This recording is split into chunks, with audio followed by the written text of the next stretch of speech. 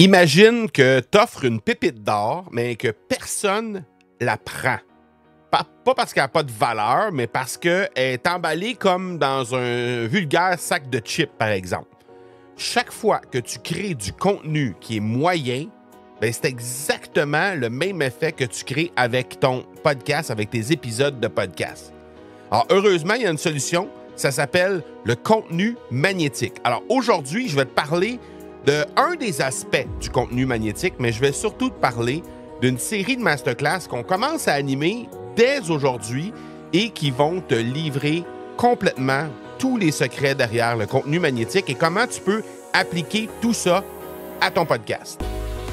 Tu cherches une façon de te démarquer et tu as choisi le podcast pour y arriver? Que tu aies lancé ou non un podcast en ce moment, ben t'es au bon endroit. Mon nom est Marco Bernard et avec l'Académie du podcast, j'ai aidé plus de 1000 francophones de 15 pays différents à se lancer dans le merveilleux monde du podcast depuis 2018. Je t'aide à maximiser l'impact positif que tu veux avoir auprès de ceux que tu souhaites attirer comme clients et ainsi cesser d'être le secret le mieux gardé de ton domaine en utilisant le podcast. Si tu crées du contenu chaque semaine sans obtenir d'engagement de clients ou même sans même obtenir un simple commentaire, la réalité, c'est que tu n'as pas un problème de valeur. Tu as un problème d'enrobage. Un problème de structure derrière ton message. Parce que ça n'a rien à voir avec ce que tu enseignes, ce que tu transmets, la valeur qu'il y a derrière le message que tu as à véhiculer, à communiquer, mais plutôt à comment tu présentes tout ça à tes auditeurs. Et là, bien, très souvent, on pense à tort qu'on a juste à changer la caméra, changer le micro, changer de type de format de communication. Donc, passer, par exemple, de Instagram à Facebook, à un podcast, à une vidéo, à YouTube, alors que dans le fond, la clé, c'est vraiment comment tu dis les choses. Et je sais à quel point ça peut être frustrant de mettre tout ton cœur dans un post, dans un reel, dans un épisode de podcast, dans une vidéo, et d'avoir au final aucun retour, ou presque rien. Alors, le problème, c'est clairement pas ce que tu sais et ce que tu transmets sur ton épisode de podcast ou encore dans tes différentes pièces de contenu, parce que une fois que les gens ont commencé à travailler avec toi, les gens savent à quel point tu es incroyable et à quel point tes accompagnements, tes connaissances sont absolument pertinentes et remplies de valeur. Donc, le problème, c'est pas ce que tu connais en tant que tel, c'est comment tu le livres. Parce qu'une fois que tu as la personne en 1 à 1 avec toi et que tu commences à travailler avec elle, ou une fois que la personne a basculé dans ton programme et qu'elle a commencé à regarder tout ce qu'il y a de disponible dans ton programme, bien, cette personne-là, souvent, va revenir vers toi et elle va te dire « Je pensais jamais qu'il y avait tout ça derrière toi, qu'il y avait tout ça lorsqu'on s'engageait avec toi. Je pensais jamais que ça allait me transformer à ce point-là. » Donc, l'enjeu, c'est de pouvoir communiquer ça, être capable de mettre ça de l'avant, à quel point tu es extraordinaire, puis à quel point le contenu est transformationnel lorsque les gens décident de faire affaire avec toi, lorsqu'ils décident de passer à l'action, de vouloir se transformer davantage. Et une fois que ça, c'est fait, bien, les gens pensent ça. Ils pensent à quel point tu es incroyable et à quel point tes connaissances sont incroyables. Donc, l'enjeu, c'est de pouvoir communiquer ça de la bonne façon pour que lorsque tu fais ton contenu gratuit, les gens réalisent ça et qu'il y ait juste une seule chose en tête pour la suite, c'est de passer à l'action et de faire de passer à l'action et de faire affaire avec toi, de pouvoir aller plus loin avec toi dans tes accompagnements ou dans ton programme ou peu importe. Parce que ce n'est pas le meilleur contenu qui gagne. Ce n'est pas celui qui va donner le maximum d'informations. C'est celui qui va être capable de capter l'attention. C'est celui qui va être capable d'être super bien structuré et qui va véritablement amener les gens à passer à l'action, à vouloir se transformer davantage. Alors, le contenu magnétique, ce n'est pas une question de chance, ce n'est pas une question d'algorithme, c'est une compétence. Ça se construit, ça s'apprend. Et c'est ça que je te propose de faire cette semaine. Je sais, au moment où tu écoutes cet épisode-là, peut-être qu'on est plus loin, beaucoup plus loin même peut-être que notre série de masterclass qui débute aujourd'hui même, c'est-à-dire le 5 mai 2025.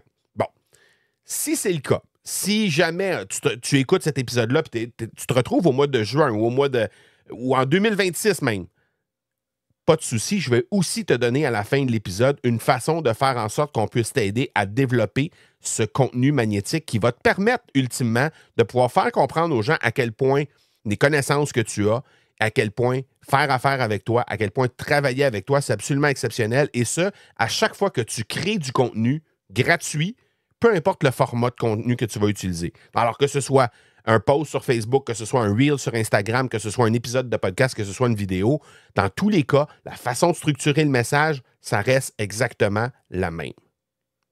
Ça me fait penser à un coach. Je n'aimerais pas de nom. C'est quelqu'un qui est dans notre académie puis qui m'a amené à un moment donné. Il m'a référé, il m'a envoyé un de ses posts sur LinkedIn. Il était très, très fier de ce post-là. Et honnêtement, le contenu qu'il y avait dans ce post-là, c'était absolument incroyable. Le contenu était excellent. Il y avait beaucoup, beaucoup de valeur dans son post, mais il n'y avait aucune réaction.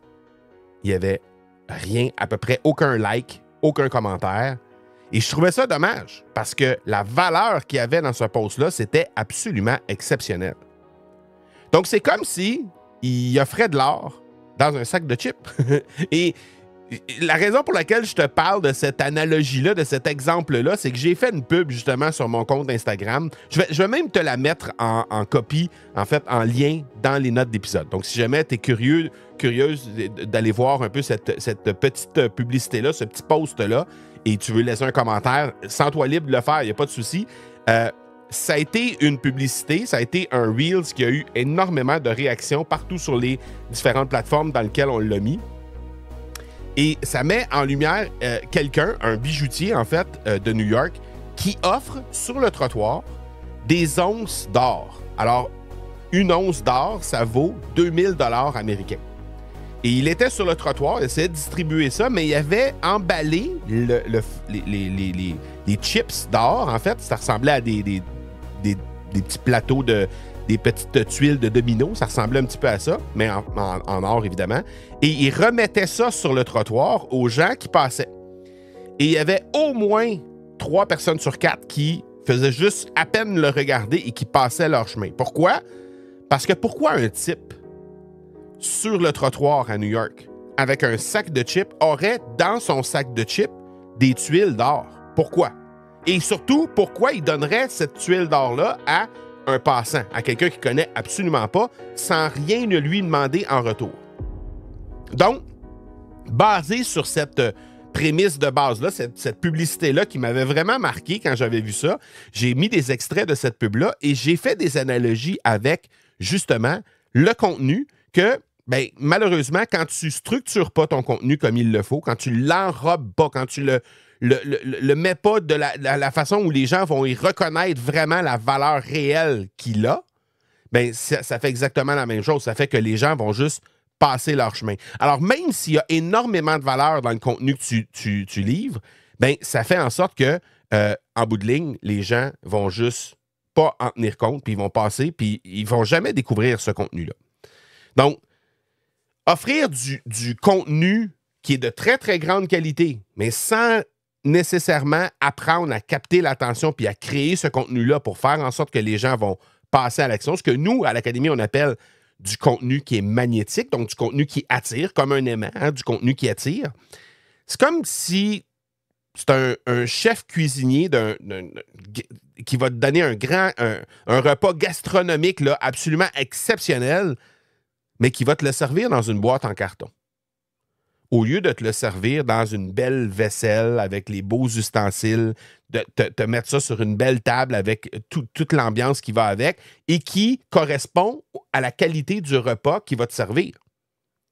Tu sais, si on a un super bon repas fait par un chef Michelin étoilé et qui nous donne ça dans une vulgaire boîte en carton avec des ustensiles en plastique, ben ça n'a pas le même effet, on s'entend. Et donc, c'est exactement la même chose. Et dans le fond, très souvent, ce qui va arriver, c'est qu'on va penser qu'on va créer du contenu, puis pour être capable de créer cet effet-là auprès des gens, l'effet de je veux absolument aller plus loin avec toi, puis je veux absolument connaître davantage de ce que tu fais, puis je veux absolument que tu m'aides à me transformer. On pense qu'on doit juste donner plus de valeur, qu'on doit juste donner plus d'informations. Et très souvent, mais ça, c'est juste un piège. C'est un piège, et pourquoi c'est un piège? Bien parce que lorsqu'on donne un maximum d'informations, très souvent, les gens vont se sentir rapidement submergés par la quantité d'infos que tu vas leur mettre devant les yeux. En l'occurrence, lorsqu'il y a une vidéo, mais dans le cas d'un podcast, bien, dans les oreilles. Et surtout considérant que quand les gens vont animer un podcast, mais très souvent, les gens sont en mode multitasking. Donc, ça veut dire qu'ils sont en train de faire autre chose. On a sondé très régulièrement les gens qui assistent, par exemple, dans des séries de masterclass comme celle qu'on va faire cette semaine. Souvent, je m'amuse à poser des questions. Qui écoute des podcasts? Ou même quand je donne des conférences, je vais demander aux gens qui sont dans la salle qui ici anime des podcasts à main levée. Et les gens, bon, là, de plus en plus de gens lèvent la main, évidemment, parce que de plus en plus de gens écoutent des podcasts. Et ce qui arrive, c'est que la sous-question, c'est où est-ce que tu te trouves physiquement lorsque tu écoutes ton podcast? Et il y a très peu de gens qui se retrouvent assis à un bureau dans une position où ils peuvent prendre des notes. Ça arrive très, très peu souvent. Donc, la majorité du temps, les gens vont être en véhicule, vont être en déplacement vers le travail, vont être en train de faire un entraînement physique au gym ou encore en train de faire du vélo ou en train de faire des tâches ménagères. Donc, ils vont être en train de faire autre chose que juste écouter le podcast. Donc, si tu veux que la personne comprenne, saisisse, fasse vraiment un pas de plus vers toi, c'est pas en lui donnant plus d'informations parce que de toute façon, elle n'a pas ce qu'il faut pour noter les informations. Elle n'a pas ce qu'il faut pour que vraiment ces informations-là que tu lui donnes fassent une réelle différence pour elle. Parce qu'elle est en train de faire une tâche ménagère. Donc, il faut que tu trouves une façon de communiquer tes choses et faire en sorte que la personne va être impactée. La personne va vouloir avoir envie de se transformer davantage. Il faut que tu sois quelqu'un qui vient inspirer le changement plutôt que de dire comment faire le changement. Donc, si tu inspires le changement, la personne, ce qu'elle va faire lorsqu'elle va terminer l'épisode de podcast, est en train, par exemple, de faire une randonnée de vélo, lorsqu'elle va arriver à bon port, elle va juste se lever de son vélo et finalement, elle va faire une recherche pour aller, par exemple, sur un de tes comptes de médias sociaux. Elle va faire une recherche pour savoir comment tu peux l'accompagner davantage. Elle va faire une recherche pour savoir est-ce qu'il y a d'autres épisodes de podcast qui peuvent me permettre de pouvoir en savoir davantage. Donc, tout ça, c'est des pas supplémentaires vers toi qui, éventuellement, vont mener à quelqu'un qui va faire affaire avec toi. Donc, ça, c'est la première chose.